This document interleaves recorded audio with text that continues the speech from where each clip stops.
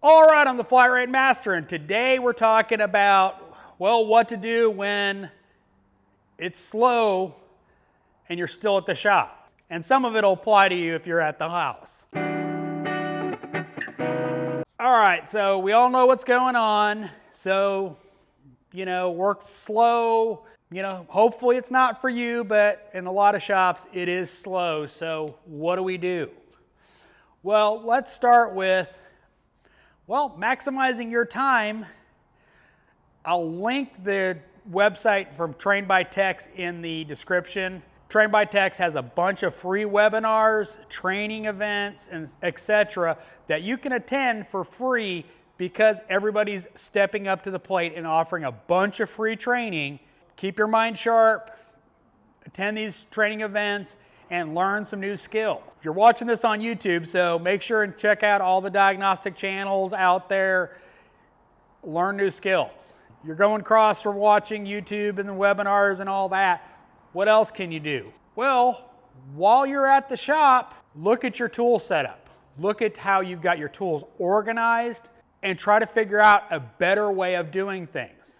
Not by spending money, but maybe by going, oh, if I move this to my top of my cart, it'll be more efficient versus down in that drawer. Look at your setup. Look at how you're organized in your toolbox. Look how you're organized in your roll cart.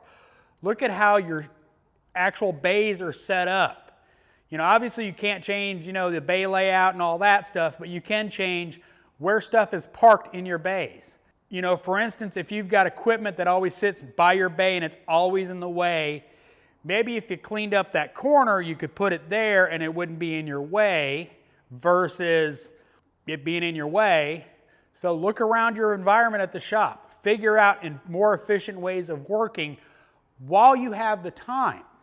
Because right now, if you've got time, look around. Figure out more efficient ways of doing things while you've got downtime. That's the best time to figure it out. While you've got time to sit there and stare at your roll cart, stare at your toolbox. If I rearrange this stuff, I've got more room. The drawer right here is a good example of that. I cleaned out a bunch of knickknacks and cables and stuff like that, moved them over to my snap-on lead drawer, and I moved the ICOM for BMW into this drawer. So now I've got a good place for it instead of just sitting in my hutch, because it's my laptop that's set up for ISTA, so it stays with me, even though anybody in the shop could use it, but it generally stays in my toolbox.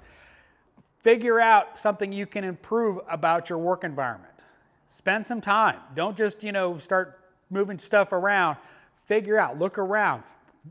Think about your workflow and maximize your workspace and your work environment as much as you can while we're standing around waiting for this all to be over. So just a few suggestions. So let me know in the comments what you've got going on, what you're doing to maximize your time while you're slow, and hopefully the community can get some suggestions.